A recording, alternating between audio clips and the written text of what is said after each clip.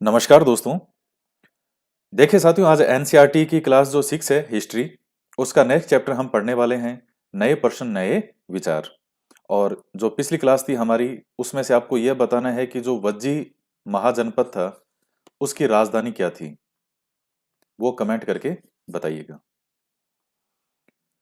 तो आगे चलते हैं हम। अनगा निकली शेर पर। अनगा ये बच्ची का नाम है। आज पहली बार अपने विद्यालय की ओर से शेर पर जा रही थी। इसके लिए उसने देर रात पुणे से वाराणसी की ट्रेन पकड़ी। स्टेशन पर अनगा को छोड़ने आई उसकी मां ने अध्यापिका से कहा, बच्चों को बुद्ध के बारे में बताने के साथ साथ उन्हें सारनाथ दिखाने भी ले जाइएगा। तो अब क्या है सारनाथ में। और थोड़ा सा देखिए, मेरी जो बोलने की स्पीड है मैं उसको थोड़ा सा फास्ट कर रहा हूँ। यानी जो बोलने की स्पीड गति थोड़ी तेज कर रहा हूँ, क्योंकि जहाँ सिर्फ लाइन टू लाइन है तो उसमें जो है थोड़ा चीजें जल्दी इसमें हो जाए। हालांकि नेचुरल स्पीड मेरी वही है जो मैं अभी बोल रहा हूँ। थोड़ी सी मैं इसको गति बढ़ा रहा हूँ इन वीडियो में। तो बुद्ध की कहानी। बौद्ध धर्म के संस्थापक सिद्धार्थ थे, जिन्हें गौतम के नाम से भी जाना जाता था।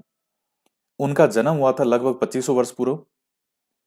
यह वह समय था जब लोगों के जीवन में तेजी से परिवर्तन हो रहे थे। जैसा कि तुमने अध्याय 5 में पढ़ा, महाजनपदों के कुछ राजा इस समय बहुत शक्तिशाली हो गए थे और हजारों सालों के बाद फिर से नगर उभर रहे थे। गांवों के जीवन में भी बदलाव आ रहा था। अध्याय 9 में देखो तो आगे देखेंगे। बहुत से विचारक इन परिवर्तनों को समझने का प्रयास कर रहे थे। वे जीवन के सच्चे अर्थ को भी जानना चाह रहे थे। तो ये 2500 वर्ष पूर्व तो महात्मा बुद्ध के बारे में बेसिक सी बातें हैं। गौतम बुद्ध इनको कहते थे। बचपन का नाम था सिद्धार्थ। और बहुत से विचारक इन परिवर्तनों को समझने का प्रयास कर रहे थे। वे जीवन के सच्चे अर्थ को भी जानना चाह रहे थे। तो वो जो बदलाव का समय है, देखिए, जो पूर्व वैदिक काल और उत्तर वैदिक काल। तो महात्मा बुद्ध है, ये 6ठी शताब्दी ईसा पूर्व में आते हैं। तो पूर्व जो उत्तर वैदिक काल हम जिसको कहते हैं 1000 ईसा पूर्व से 600 ईसा पूर्व का समय। तो इस उत्तर वैदिक काल के अंदर कर्म कांड जो है वो बहुत ज्यादा बढ़ गए थे।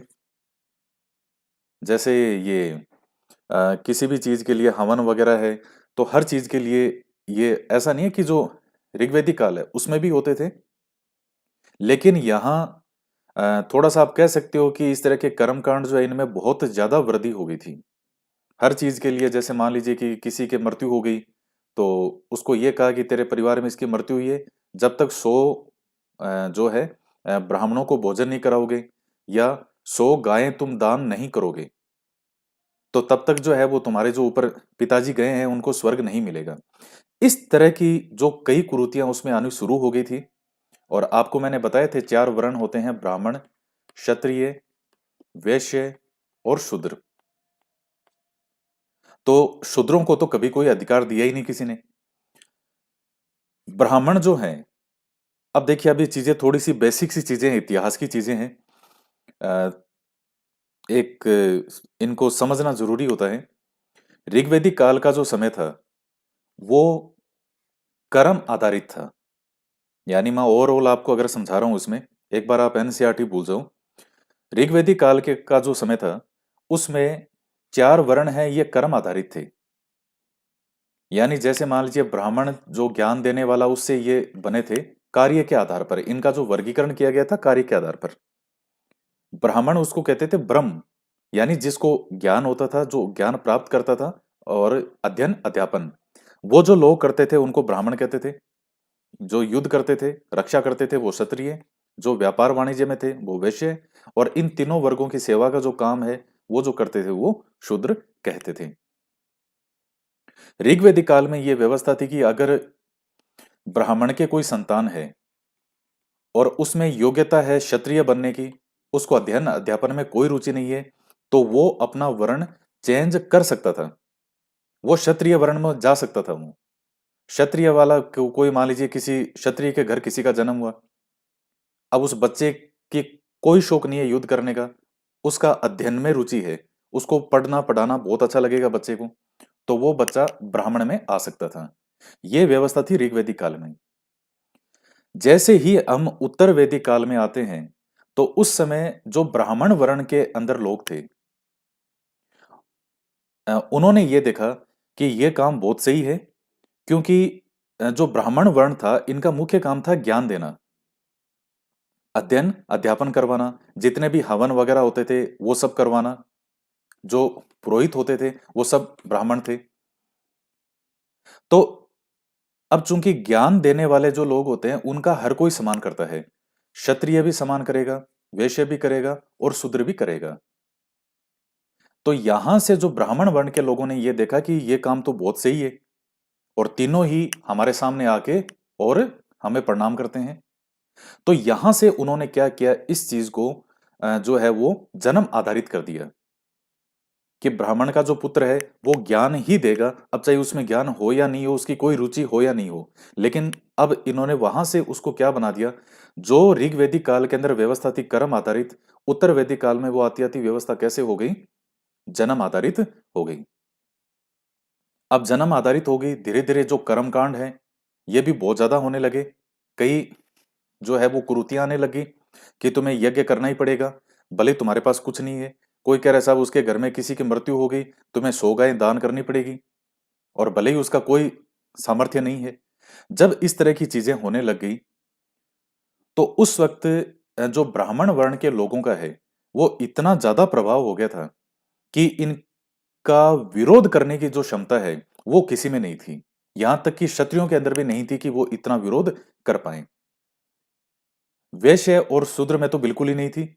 क्षत्रिय जो थे उनमें ऐसा नहीं है कि उनमें जो क्षमता है वो नहीं थी, क्षमता थी, लेकिन खुल्लम खुला इस तरह से विरोध कैसे करें। तब इन्होंने क्या किया, छठी शताब्दी ईसा पूर्व का जो समय था, उस समय एक तरफ महात्मा बुद्ध आते हैं और एक तरफ आएंगे महावीर स्वामी। और आप दोनों ही देख लीजिए, दोनों ही क्या थे, क्षत्रिय थे, राजकुल परिवार से थे। और तब उन्होंने जो है वो उन्होंने राज परिवार जो था उसको साइड में किया, और फिर पूरी तरह से जैसे संत महात्मा होते हैं उस तरह का जीवन अपनाया। लेकिन सबसे बड़ी बात देख लीजिएगा, महावीर स्वामी और महात्मा बुद्ध दोनों ही विरोध करते हैं किस चीज का, कर्म कांड का। भयंकर विरोध करते हैं वो। हालांकि ऐसा नहीं है कि इसके बारे में कुछ गलत बोलते हैं, लेकिन वो इस चीज को नकारते थे। जैसे मान लीजिए किसी से आप जैसे महात्मा बुद्ध के बारे में सब जानते हैं कि उनसे कोई पूछता था कि आत्मा क्या है, परमात्मा क्या है, आत्मा का मरने के बाद क्या होता है, तो इस तरह के सवालों का महात्मा बुद्ध ने कभी जवाब नहीं दिया। और ऐसे जो क्वेश्चन होते थे उनको हम कहते थे अव्यक्तानी, यानी महात्मा बुद्ध कहते थे कि इनको व्यक्त नहीं किया जा सकता। अब ऐसा थोड़ी है कि महात्मा बुद्ध को जानकारी थी नहीं, बुद्ध तो बुद्ध थे, तो महात्मा बुद्ध को तो जानकारी थी। महात्मा बुद्ध कहते थे कि इन प्रश्नों का उत्तर देने का मतलब उसी तरह से है कि किसी व्यक्ति के तीर लगा है और आप उस व्यक्ति के पास में जाकर के और उसका तीर निकालने के बजाय हम उससे यह पूछते हैं कि तुम्हें यह तीर किसने मारा, क्या तुमने उस जिसने तीर मारा उसको मारते हुए देखा तुमने, क्या वो इधर से भागा या उधर से भागा। अच्छा, वो चांद की देखो, चांद की रोशनी कितनी खूबसूरत लग रही है, चांद की चांदनी कितनी सुंदर है, वो व्यक्ति दर्द से करा रहा है और तुम उसका दर्द दूर करने के बजाय, तीर निकाल के मलहम लगाने के बजाय उससे इस तरह के सवाल पूछ रहे हो। यही इस तरह के जो सवाल है इनका जवाब देना है। और इसीलिए महात्मा बुद्ध के दर्शन को भी हम व्यवहारिक दर्शन कहते हैं। महात्मा बुद्ध के सबसे बड़ा यही था कि दुख दुख को दूर करना, और उसी के लिए उन्होंने 4 आर्य सत्य दिए। तो सब कड़ियां एक दूसरे से जुड़ी हुई है। ये क्यों जो क्षत्रिय धर्म वाले थे, क्यों महात्मा बुद्ध और महावीर स्वामी को इस रूप में आना पड़ा। हाँ, वो ज्ञानी थे निश्चित रूप से, नो डाउट, लेकिन जो ब्राह्मण वर्ण का इतना भयंकर प्रभाव हो चुका था उस समय, और प्रभाव तो देखिए जो ऋग्वेदिक काल है वहां भी था, लेकिन जब आप किसी को परेशान नहीं करते तो लोगों को कोई समस्या नहीं है, सब वही मान समान है। लेकिन अब तो वो चीजें बदल चुकी है, आपने वर्ण व्यवस्था को जन्म आधारित कर दिया। शूद्र का बच्चा है वो, जो शूद्र वर्ण में है वो कितना ही इंटेलिजेंट हो, कितना ही वीर हो, और कितना ही उसकी व्यापार वाणिज्य की उसमें क्षमता हो, आप उससे तीनों की सेवा ही जो है वही करवाओगे। यह व्यवस्था हो चुकी थी उत्तर वैदिक काल में। तो और किसी के अंदर इतनी क्षमता नहीं थी कि वो इतना विरोध कर सके। क्षत्रिय जो थे इनमें क्षमता थी और इनमें इस रूप में ये आते हैं महावीर स्वामी और महात्मा बुद्ध, और आप देखते हैं कि किस तरह से इन्होंने कर्मकांड का विरोध किया था। और अगर आपको और ज्यादा जानकारी हो तो महावीर स्वामी और महात्मा बुद्ध दोनों ही जो हैं, यानी बौद्ध दर्शन और जैन दर्शन, ये दोनों ही वेदों में विश्वास नहीं करते थे। ये वेदों को नहीं मानते थे और ना ही ये किसी ईश्वर को मानते थे। ये बात अलग है कि इनकी मृत्यु के पश्चात, महात्मा बुद्ध और महावीर स्वामी के मृत्यु के पश्चात, इनके जो अनुयायी थे उन्होंने इनको ईश्वर के रूप में स्थापित कर दिया। लेकिन इन्होंने खुद ने कभी भी किसी भी ईश्वर को नहीं मानते थे ये, और ना ही ये वेदों को मानते थे। उसका रीजन क्या था? ऐसा थोड़ी है कि वेदों में जो लिखी गई बातें हैं वो गलत थी, लेकिन वेदों की व्याख्या गलत करनी शुरू कर दी थी इस वर्ण में, ब्राह्मण वर्ण में, अपने लाभ के लिए। तो इसलिए वो इस चीज को नकारते थे और इस बारे में बात ही नहीं करते थे।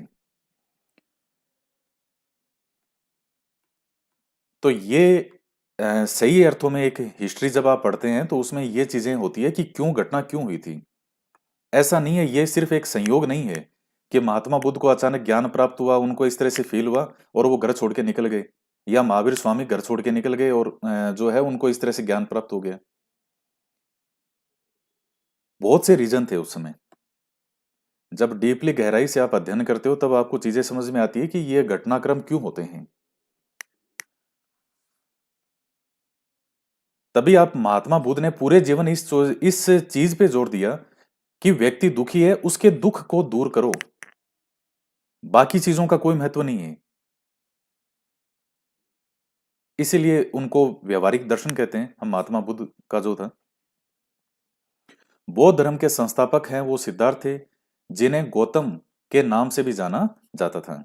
और अब इसके आगे की चलो अब बात आएगी, ये तो मैं और बताता हूं आपको। अब जब महात्मा बुद्ध का जब बौद्ध दर्शन आ जाता है और महावीर स्वामी का भी आया, चूंकि महात्मा बुद्ध का जो बौद्ध दर्शन है अशोक ने बहुत विस्तार दिया। इन दर्शन को जो है चारों ओर फैलाने में राजाओं का बहुत बड़ा योगदान था। अशोक जो है महात्मा बुद्ध की शिक्षाओं से बहुत ज्यादा प्रभावित था और उसने हर जगह बौद्ध धर्म ही बौद्ध धर्म कर दिया।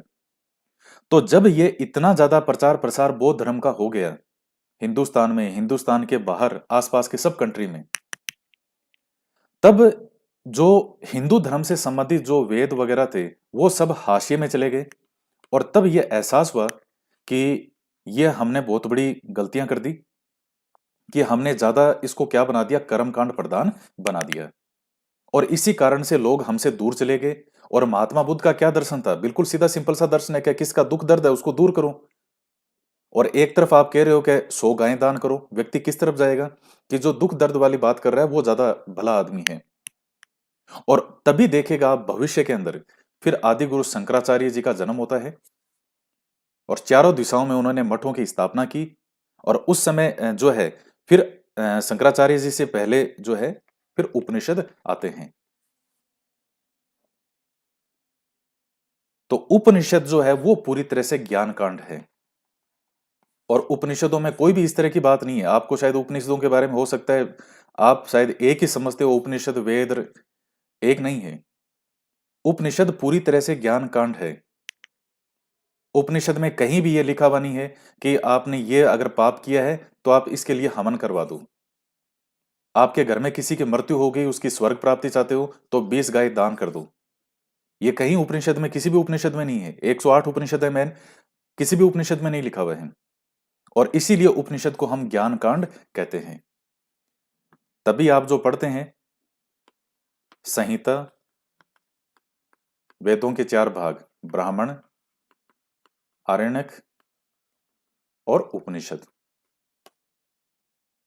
तो संहिता जो है वो 4 जो वेद है, ऋग्वेद, यजुर्वेद, सामवेद, अथर्ववेद, वो इसी संहिता के पाठ हैं। वो ये 4 भाग हैं। और दूसरा जो ब्राह्मण है ये था पूरी तरह कर्मकांड। यहां से गिरावट शुरू होती है। उस समय बौद्ध धर्म का प्रचार प्रसार होने लग गया हर जगह। तो फिर आरण्यक आता है, और आरण्यक जो है वो ब्राह्मण और उपनिषद के बीच की कड़ी है जोड़ने की, और आरण्यक के बाद आता है पूरी तरह से उपनिषद, यानी ये है ज्ञान कांड।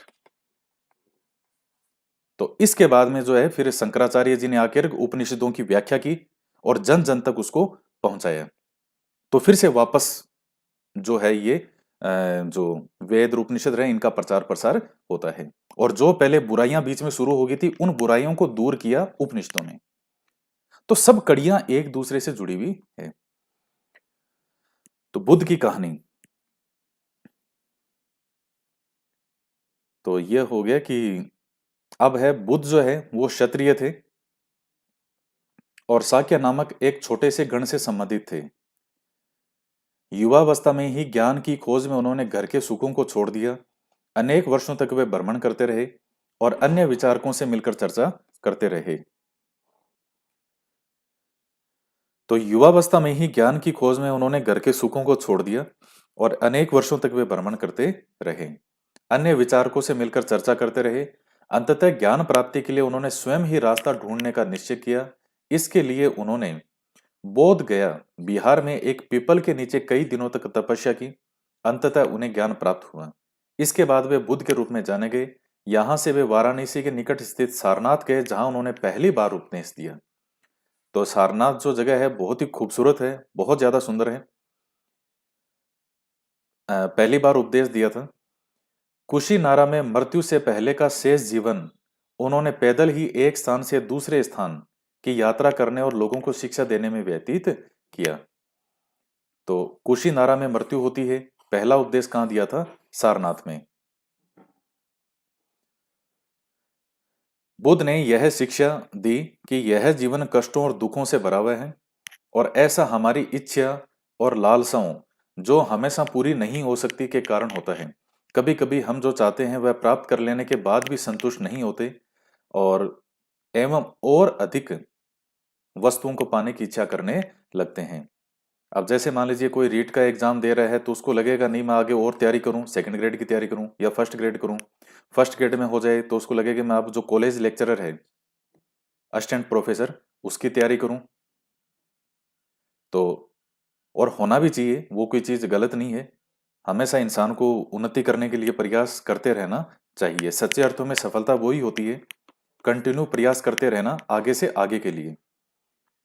बुद्ध ने इस लिप्सा को जो है वो क्या कहा है, चूंकि अब हम महात्मा बुद्ध का पढ़ रहे हैं, इनका यहां जो अर्थ है वो इच्छाओं से है कि व्यक्ति की जो इच्छा है वो कभी खत्म नहीं होती। जैसे मान लीजिए आज आपके पास बाइक आ गई, अब थोड़े दिन में आपकी इच्छा होगी कि मेरे पास कार हो जाए। कार आ गई, थोड़े दिन में इच्छा हो जाएगी कि अब मेरे पास बड़े वाली कार आ जाए, फिर मेरे पास ये वाली हो। तो इस तरह से तृष्णा कहा है। बुद्ध ने शिक्षा दी कि आत्म संयम अपनाकर हम ऐसी लालसा से मुक्ति पा सकते हैं। तो ये सारनाथ स्तूप है। इस इमारत को स्तूप के नाम से जाना जाता है। यहीं पर बुद्ध ने अपना सर्वप्रथम उपदेश दिया था। इस घटना की स्मृति में यहाँ स्तूप का निर्माण किया गया। अध्याय 11 में तुम इन स्तूपों के बारे में और अधिक पढ़ोगे। 11वां जो अध्याय आएगा उसमें डिटेल में और है इनके बारे में। तो ये सारनाथ स्तूप है जहां महात्मा बुद्ध ने अपना पहला उपदेश दिया था। ये सारनाथ स्तूप है।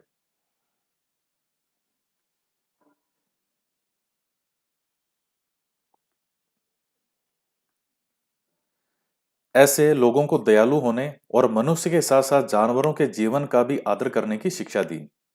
वे मानते थे कि हमारे कर्मों के परिणाम चाहे वे अच्छे हों या बुरे, हमारे वर्तमान जीवन के साथ साथ बाद के जीवन को भी प्रभावित करते हैं। आप देख लीजिए कि महात्मा बुद्ध के बारे में मैंने आपको बताया, कर्म कांड को नहीं मानते थे, लेकिन कर्म सिद्धांत इसको मानते थे कि जैसा जो कर्म करोगे उसका उसी प्रकार का जो फल है वो मनुष्य को मिलता है। बुद्ध ने अपनी शिक्षा सामान्य लोगों की प्राकृत भाषा में दी थी, इसे सामान्य लोग भी उनके संदेश को समझ सकें। और जबकि ये वेद वगैरह थे ये किस में होते थे? संस्कृत में। तो संस्कृत आम व्यक्ति को आती नहीं थी। तो भाषा का बहुत बड़ा योगदान होता है। बुद्ध ने कहा कि लोग किसी शिक्षा को केवल इसलिए नहीं स्वीकार करें कि वह उनका उपदेश है, बल्कि वे इसे अपने विवेक से मापें। आओ देखें उन्होंने ऐसा किस प्रकार किया। किस्सा गौतमी की कहानी। यह बुद्ध के विषय में एक प्रसिद्ध कहानी है। एक समय की बात है, किस्सा गौतमी नामक एक स्त्री का पुत्र मर गया। इस बात से वह इतनी दुखी हुई कि अपने बच्चे को गोद में लिए नगर की सड़कों पर घूम घूम कर लोगों से प्रार्थना करने लगी कि कोई उसके पुत्र को जीवित कर दे।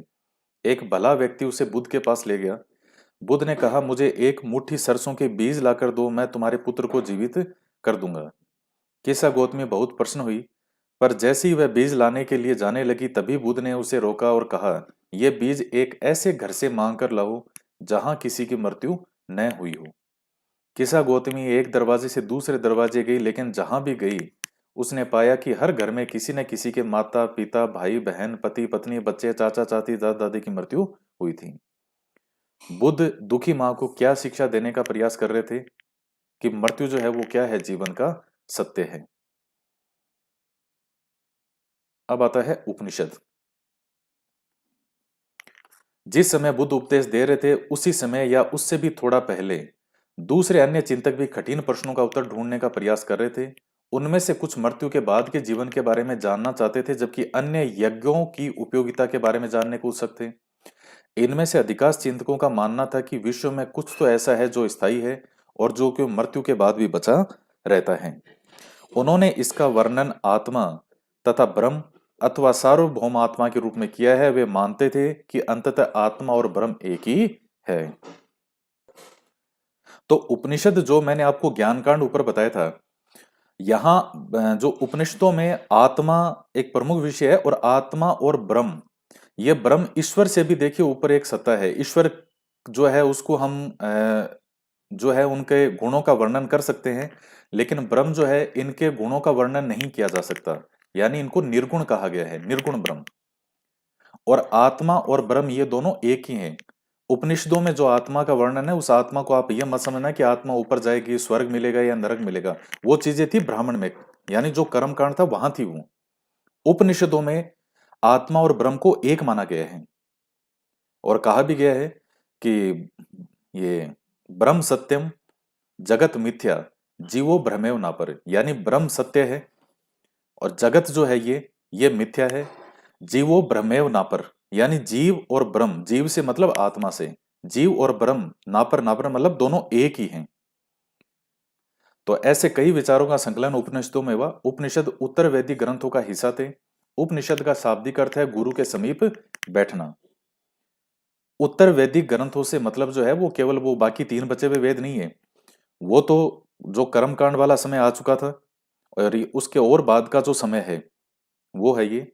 इन ग्रंथों में अध्यापकों और विद्यार्थियों के बीच बातचीत का संकलन किया गया है।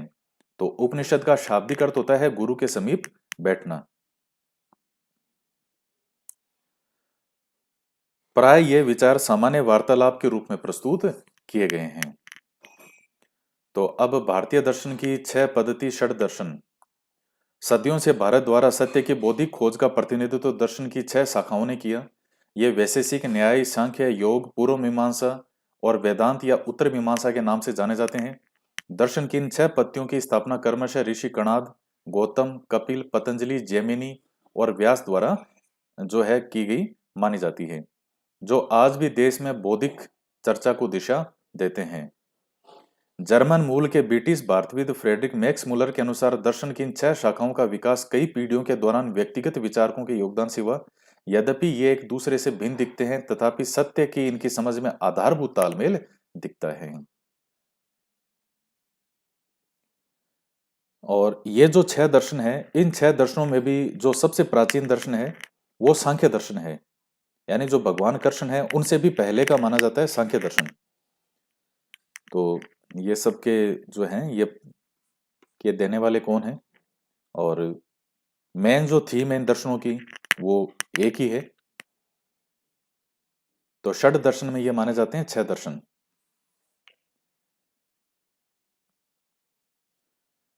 अब आता है बुद्धिमान भिखारी। यह वार्तालाप छांदोग्य उपनिषद नामक प्रसिद्ध उपनिषद की एक कहानी पर आधारित है। सौनक और अभिप्रतारिण नामक दो ऋषि सार्वभौम आत्मा की उपासना करते थे। तो इनके नाम से पूछ सकता है कि ये जो एक कहानी है, इनके नाम के दो ऋषि हैं, कौन से उपनिषद में ये कहानी है? तो छांदोग्य उपनिषद में। एक बार जो ही वे भोजन करने के लिए बैठे, एक भिखारी आया और भोजन मांगने लगा। शौनक ने कहा कि हम तुम्हें कुछ नहीं दे सकते। भिखारी ने कहा, विद्वजन आप किसकी उपासना करते हैं? तो अभी प्रतारिणी ने कहा, सार्वभौम आत्मा की। ओ है, इसका मतलब आप मानते हैं कि सार्वभौम आत्मा संपूर्ण विश्व में विद्यमान है? ऋषियों ने कहा, हाँ हाँ, हम ये जानते हैं। तो भिखारी ने फिर पूछा, जब ये सार्वभौम आत्मा संपूर्ण विश्व में विद्यमान है तो मेरे अंदर भी विद्यमान है, तो मैं कौन हूं? मैं भी विश्व का ही एक भाग हूं।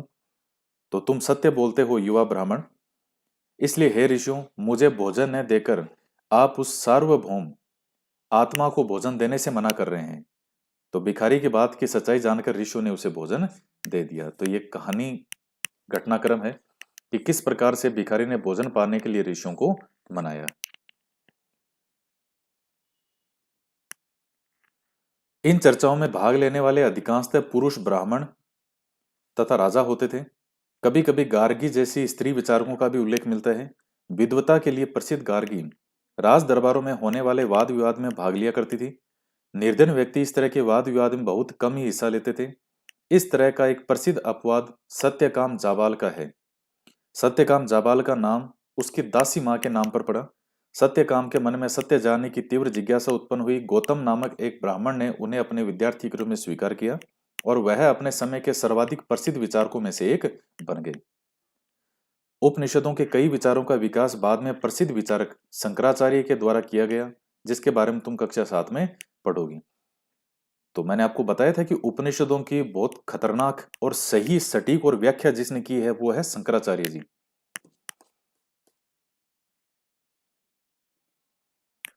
फिर है व्याकरणविद पाणिनि।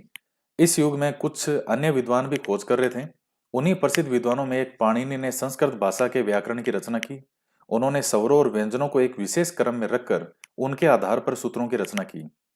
तो ये सूत्र बीज गणित के सूत्रों से काफी मिलते जुलते हैं। इनका प्रयोग कर उन्होंने संस्कृत भाषा के प्रयोगों के नियम लघु सूत्रों के रूप में लिखे। तो पाणिनि का संस्कृत भाषा की व्याकरण की रचना की थी, ये महत्वपूर्ण है। बाकी तो ये कोई नहीं पूछता। जैन धर्म। इस युग में अर्थात लगभग 2500 वर्ष पूर्व जैन धर्म के 24वें व अंतिम तीर्थंकर वर्धमान महावीर ने भी अपने विचारों का प्रसार किया। वह वज्जी संघ के लिच्छवी कुल के एक क्षत्रिय राजकुमार थे।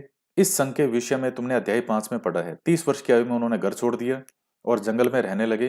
12 वर्ष तक उन्होंने कठिन तपस्या और एकाकी जीवन व्यतीत किया। उसके बाद उन्हें ज्ञान प्राप्त हुआ। तो उस वक्त डिस्टर्ब करने के लिए मोबाइल फोन, फेसबुक, व्हाट्सएप नहीं होते थे। तो इसलिए जो है वो व्यक्ति एकांत में जो है तपस्या कर सकता था। अगर उस वक्त ये चीजें होती तो लोगों को दिक्कत आती फिर तपस्या करने में।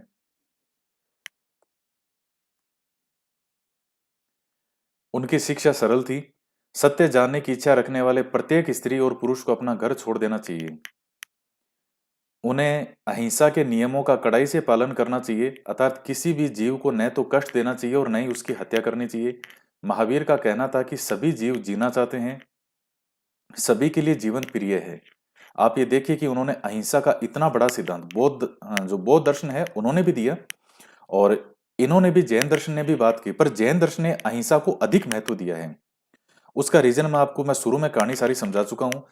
जब मैंने आपको बताया कि कर्मकांड बढ़ गए थे, बलि प्रथा भी बहुत ज्यादा बढ़ गई थी। जानवर मारे जा रहे थे जो जिनकी बलि दी जाती थी, बैल हो गए ये इस तरह के। और भार ढोने के लिए, बोझा ढोने के लिए बैलों की जरूरत है। हम बैलों की दे रहे हैं बलि, तो फिर बैल आएंगे कहां से? जब आप इन पशुओं की बलि देने लग जाओगे, भैंसा है, बैल है, जब इनकी बलि दोगे तो पशु आएंगे कहां से?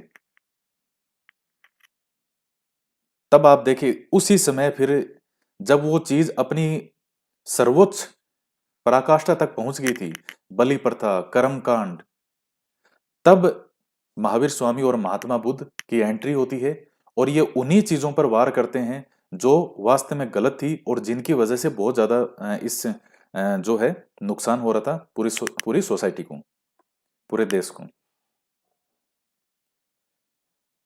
सभी जीव जीना चाहते हैं और सभी के लिए जीवन प्रिय है।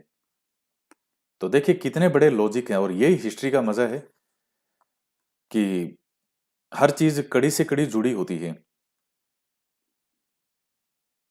अब आप केवल डायरेक्ट ये पॉइंट पढ़ते हो कि इन्होंने अहिंसा का सिद्धांत दिया था, उसके पीछे की कड़ियां देखिए कि वो अहिंसा का सिद्धांत इन्होंने क्यों दिया। क्योंकि उस वक्त बलि प्रथा सर्वोच्च अपने पीक पॉइंट पे थी। तो इसलिए उस चीज को दूर करने के लिए सिद्धांत देते हैं। यही कारण है कि साधारण जन भी उनके और उनके अनुयायियों की शिक्षा को समझ सके। देश के अलग अलग हिस्सों में प्राकृत के अलग अलग रूप प्रचलित हैं। प्रचलन क्षेत्र के आधार पर ही उन्होंने अलग अलग नाम थे। जैसे मगध में बोले जाने वाली प्राकृत जो है वो क्या कहलाती थी? मागधी कहलाती थी। जैन नाम से जाने गए महावीर के अनुयायियों को भोजन के लिए भिक्षा मांगकर सादा जीवन बिताना होता था। उन्हें पूरी तरह से ईमानदार होना पड़ता था और चोरी न करने की सख्त हिदायत थी। उन्हें ब्रह्मचर्य का पालन करना होता था। पुरुषों को वस्त्रों सहित सब कुछ त्याग देना पड़ता था।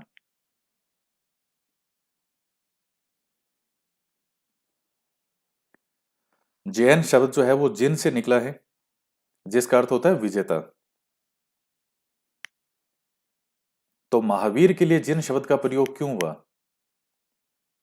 तो क्योंकि अपने इंद्रियों को उन्होंने विजित कर लिया था। अधिकांश व्यक्तियों के लिए ऐसे कड़े नियमों का पालन करना बहुत कठिन था। फिर भी हजारों व्यक्तियों ने इस नई जीवन शैली को जानने और सीखने के लिए अपने घरों को छोड़ दिया। कई अपने घरों पर ही रहे और भिक्षु भिक्षुणी बने लोगों को भोजन प्रदान कर उनकी सहायता करते रहे। मुख्यतः व्यापारियों ने जैन धर्म का समर्थन किया। किसानों के लिए इन नियमों का पालन अत्यंत कठिन था, क्योंकि फसल की रक्षा के लिए उन्हें कीड़े मकोड़ों को मारना पड़ता था। बाद की सदियों में जैन धर्म उत्तर भारत के कई हिस्सों के साथ साथ गुजरात, तमिलनाडु और कर्नाटक में भी फैल गया। महावीर और उनके अनुयायियों की शिक्षाएं कई शताब्दियों तक मौखिक रूप में रही। वर्तमान रूप में उपलब्ध जैन धर्म की शिक्षाएं 1500 वर्ष पूर्व गुजरात में वल्लभी नामक स्थान पर लिखी गई थी। तो देखिए, जैन धर्म और बौद्ध धर्म है, दोनों को ही जो राजा थे, राजाओं ने खूब इनको संरक्षण दिया। आप राजस्थान के अंदर देख लीजिए कि जैन धर्म के कितने ज्यादा मंदिर हैं। देलवाड़ा के देख लीजिए, जो राजस्थान के सबसे क्या पूरे भारत के सबसे सर्वश्रेष्ठ मंदिरों में माने जाते हैं, जो तो वो देलवाड़ा के जैन मंदिर हैं। यहाँ की बात करें राजस्थान की, भारत में भी बहुत हैं। तो राजस्थान के अंदर कोई सा शहर या सिटी या कोई गांव ऐसा नहीं होगा, गांव से मतलब कोई भी कस्बा, तहसील वगैरह, जहां कोई जैन मंदिर ना हो। तो राजाओं ने खूब इनको संरक्षण दिया। और जो अच्छी बातें करेंगे, अहिंसा की बातें करेंगे, सब जीवों का ख्याल रखना चाहिए, किसी की हत्या नहीं करनी चाहिए, तो निश्चित रूप से राजा जो है उनको संरक्षण भी देंगे। तो इस वीडियो में हम इतना ही पढ़ेंगे, बाकी जो और नेक्स्ट वीडियो के अंदर आगे हम इसको कंटिन्यू करेंगे। तो मिलते हैं नेक्स्ट वीडियो में। जय हिंद, जय भारत।